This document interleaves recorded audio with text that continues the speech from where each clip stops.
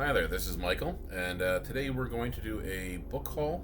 I've got a bunch of brand new horror that I received for my birthday and Christmas from some family members, and a bunch of used horror that I picked up at thrift shops.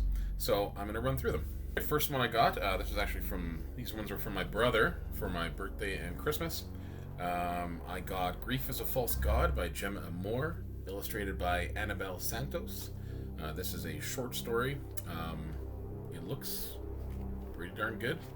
I loved Gemma Moore's last book that I read of hers, The Dear Laura, which was one of my favorite books of last year. So I am very much looking forward to reading more of her work. Very happy for this. Okay, so the next book that I got was The Next Time You See Me, I'll Probably Be Dead by C.V. Hunt. Again, this is one I got from my brother for my birthday. C.V. Hunt, I think I read 3 of her books last year. She is great. I highly recommend C.V. Hunt. She also publishes Grindhouse Press, which puts out some fantastic, very highly graphic books, to put it nicely. But yeah, C.V. Hunt, her books that I read last year were great. I read Murder House, I read Cockblock, and one other one. Oh, Halloween Fiend. Very, very good. And look at that cover. That's a great cover. Fantastic. The Grindhouse Press has been putting out great covers this last few years. Is a book that I received from my father. He got me Deserter by Junji Ito. This one is a collection of Junji Ito's early comics, so I don't know what there's no real general theme through all that. But yeah, if you haven't read Junji Ito, one of the few horror manga artists that I actually know. If you know any other horror manga artists that are similar to Junji Ito, he's really good. I'd like to know for sure. Junji Ito actually did one of my favorite movies. Well, it was inspired by that, which was Uzumaki. Came out about maybe 20 years ago now. But that's when I first heard about his work, and I've since read almost all of his work that has been published by this Viz collections that have been coming out. It's nice that they all look the same too. I like that. Oh yeah, the next book I got also from my dad. This one was for my birthday. Junji Ito's Romina. So this one is apparently a horror sci-fi. An unknown planet emerges from inside a wormhole. The planet noticed our existence. So, I'm not sure what this one's about, but it looks pretty darn good as well. Again, Junji Ito's Romina. And this was a new book that I got myself. I'm a big fan of the British TV show The Detectors, so I picked up another one of their books, Landscapes of the Detectors. So this is a bunch of essays about the land and the areas in England that they filmed the show, and just about the general connection to the land that the show has. Looking forward to reading this. This came, I think it's independently published. Yeah. There's a foreword by Mackenzie Crook, which is good. Uniform Books is who published this. So yeah, Landscape of the Detectors. Okay, so now on to the used books. I found a treasury of the 3 scary stories to tell in the dark. A nice hardcover version of that, so it has all the first 3 books.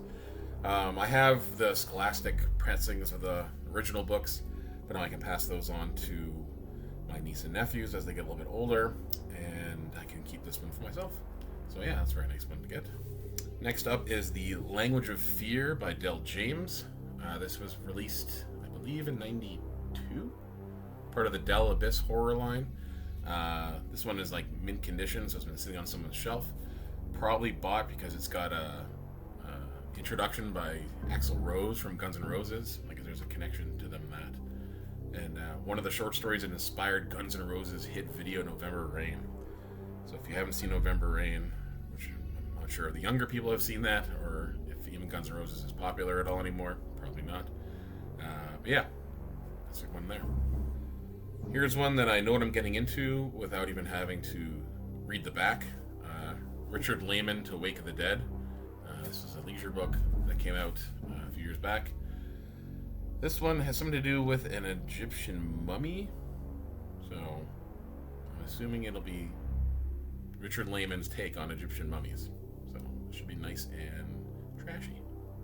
So this is one that seems to be quite popular, but I've never read, and that's Joe Hill's Nosferatu. I found a nice paperback cover of that for a whole 25 cents. Now, I have no idea if this is good or not. Before I jump into 800 pages, tell me if this is worth 800 pages, because this will pretty much be like a month of reading for me. So yeah, I need to know. Please tell me if this is good or not. If it's not 800 pages worth, and you think I should just get the crib notes, or I think there's a TV show out now, let me know. Much appreciated. And lastly, for the horror, I'm actually very excited to find this. Ronald Malfi's Little Girls. Now, I just finished Come With Me this year, which was my favorite book of the year. So I was very excited to find another Ronald Malfi book to see if he is gold more than once. So yeah, if you've read Little Girls, let me know. I'm going to give this one a shot. Looks like it's a ghost story. Should be good. So yeah. Okay, so that is it for all the horror I picked up this past month and a bit. I have a bunch of more sci-fi stack there that I may go through on a different video, or maybe not. I'll see if you guys like sci-fi or not, or if you're just watching for the horror books, you can do that. I'm really trying not to buy too many new books this year. I've got like 400 TBR on shelves out there that I need to work on that. So, okay, that's it. Have yourself a good evening, and I will talk to you guys later.